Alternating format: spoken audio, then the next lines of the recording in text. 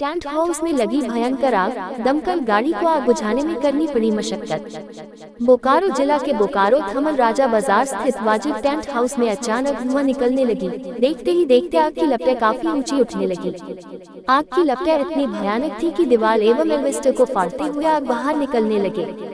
घर पर रखे कपड़ा कुर्सी सहित कई अन्य सामान जलने से लगभग लाखों रुपए का नुकसान का अनुमान है। आग कैसे और किस परिस्थिति में लगी, ये जांच का विषय है।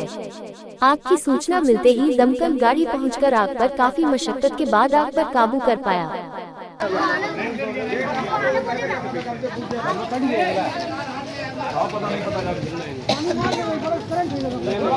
लाइन कट गया भैया, लाइन कट गया। फायर वाला आ गया दिक्कत नहीं ऐसा